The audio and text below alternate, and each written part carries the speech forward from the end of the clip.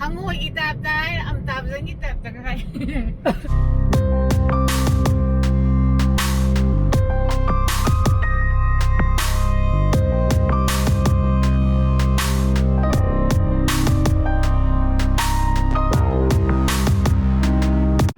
Petron kita yaw na dito sare dito. Di hore look kini. Panam yaurida. Muluida. Tiki thandureda. Tangkai mukna na si sar mukyo. Kya gan hore. Muto sa di.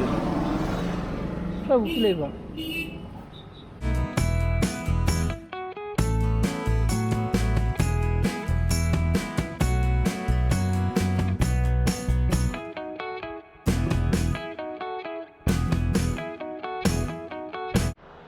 Good morning guys, welcome back to my channel. मैं अभी ना खले हजिक line में सिंग दो कोई दी तोती तादे बा तोती तादे means सिंगदारोंगी अदुगा पोरोंपालोंगी तोती दो कोई यूम दा ताबा ना ताइदना मसलों दा क्वाकतेन घरी शॉप दा घरी क्वाकते मुक्ति तारे घरी बुक तारा मतरा खंग देखो अदुगी खंग्रे अदुगी तोती लाइन दो योगदेवा अखोइदि अदुना मधु योरगदि सिंगजे वानरोइद ओ सांगाय प्रभुक ताई अखोइनि ने होगी मोइ लौसलेबा सांगाय प्रभुक ताई सिंगदागी रा मोइदो नत्रगना पोरंपाकी सिंगदारोंगी मालेबा दुगा अखोइदि योगद्रे अदुगा अखोइगी तोती ताइजिन अखोइगी खुनगी मालोंगी खुनगी वाटर सप्लाई मसा खलेबा मधुना निमिनि निनीरा हुनीरा अदा अल्टरनेट देश तौरका थकनबा थकप याबगी बोतल हाइदि मदना मात्र पतंग ताबाय तारे को दुगिन से थलानी मिनि 30 मु लेरदे मिनि 30 मु ले थलाने लोरे सिंग जिंबा अतुना अखोइगी जे टैंकर जे मोय लापा कांदा 12000 नतका 13000 por ko yawe ko sagi truck to manadamnina loga lawbana lising amaga chahum aduga hariba hajiki tanker duna nimik kunni gum chale 20 days gumba kada digya tan hoge to gune ba tan je silere odina alusak mo ko ke to ba odama kholo no uti ni jawo na thom bajida uti go na tan sara jena haira ba uti thom ba loi ba ngai ra ga tan je haura ga tan sara pung budi ma pan ta se le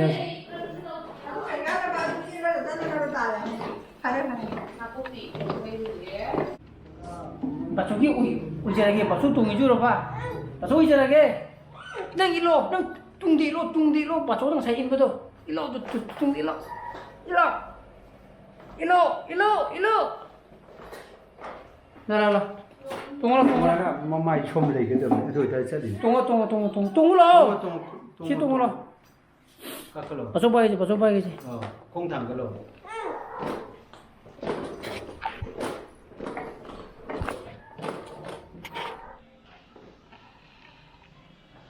यार उतीगा तनगा RAM फुजला वही कोना थो मैं लक्ष्य जनी को लो नंगे सिगे चाक्सिगा पुदुन throw चाक्सन पाइथो बिरो सान पाजे क्वाकथेन थिलुगिगे मा क्वाकथेन दा प्रेना यम कोई सागै दे को लेतब म जुम यावबा आइगे इनाव पथोको मा ओ थमाइते दने चना बा थिन दोगिगे दुगा इजे हरेन मु किनादा मु चकता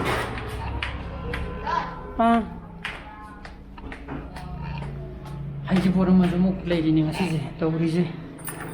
सबक से यामे ऐसा लोग बात थी लोगों का ना कुंडली में कुंगनी ताले में हाजी बोट चपाई तो एक ओजन रुमिनाबा एक जूनियर को एक junior Haji Atlas Department MUGida PhD tongdena koneba ko modo mana ai junior oi ba do hojupoti same school da ozau ominare mai ngasi HEIJINGPOT ta ba aro adan khanga na chalaga halaksena haina bu tum hogro ban tungani tale ame iyo jage ne sing thadari khagalo questionare ai budi lore ba ongani ga minute ni phu manga chale chatu jena thawai bandane ba HEIJINGPOT hai do I junior ko I friend I come junior moi mem ka thengna sen hai gi me moi pung ma kai ta yo kanen hai ri atuna se tak an collar han tak thekal ni ramna formal hoina cha budu talle kai je ko an ki casual hoina ko sijina moi je bai ta formal gi matang matam judum lakini da natra chapade aiga bega samina ga dawa chida de yan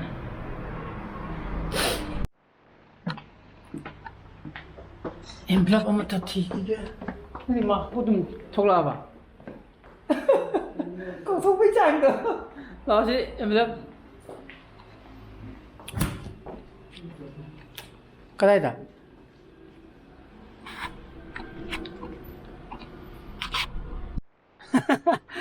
aina satra chingda hanwa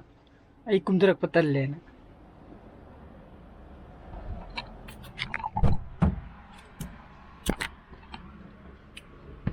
chale ne ko chीज में हसलो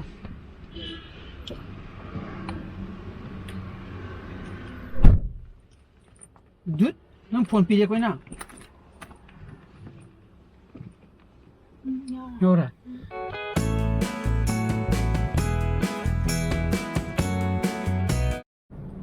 어제 이네 구멍 올레 이도 나목 레기 와기 구멍도 내봐 나게 중동 동답네 해도 동답민 상가답네 바이나 저도 고토보다 아좀 보스 뭔가 하보도 다 와이 좀 꺾어 봐야다래 이 구멍만 레기에도 그다음에 아마 상가래 aduga hoje pung ahum ta salaya masai abde pung ani da sakne na to tuna yatre da di bangum do por train san pan por mane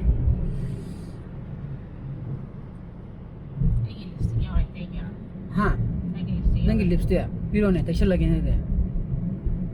ai to ne asas nang na mo da mo serious ka mo log dana ba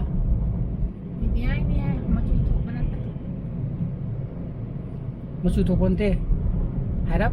color madi tare ya kana uje ke doro dano ne no ji limsi sa obo de amitabh bachchan ki tat bo lo khale ne hangoi itap dai amitabh bachchan ki tap ta kai amitabh bachchan ki tai ne nangi comparison to de amitabh bachchan ki bokilam phaji de lum lo na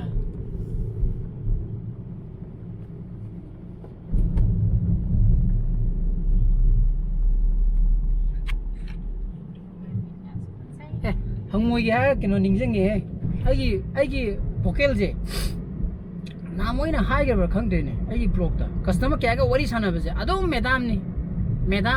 madam sir no mu thai roi ba aina mu rectify tong na dani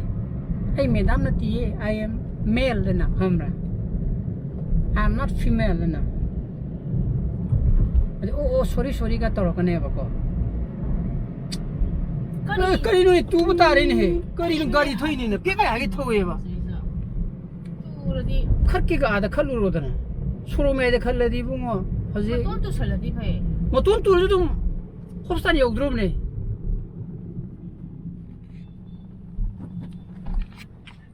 योगसला मागी दो मोय मयुम ने सिगी character चंगे हमने बा सिगी assembly की नामु थिलुबनो कोई सोम चंगी दना अदन मनिंग ने हाइबने मासी सिगी वाल से चंगो दुगा थेला मने हमने आधा गाड़ी में हम खाए में जो मने आदमी करे उइरी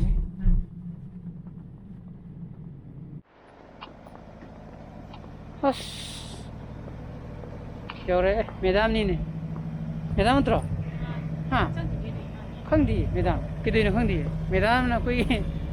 ai department ge ko madam oh madam ure khangye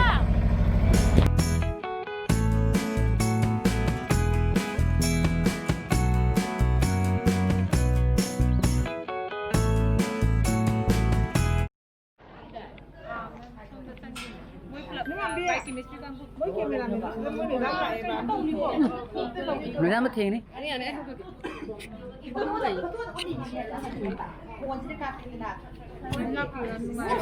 lagi yang fazere ko rai sida hafa ge lagi Kakau bagai kale lah ko. चला गया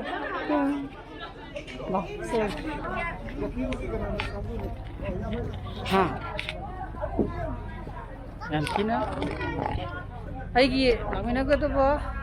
junior amadi lahore do ati di lagtre ki ni to phasi na ah budin hanin phajabni da Sabani da ma samna le ya phajabni ba Ki basi kina mi to kale.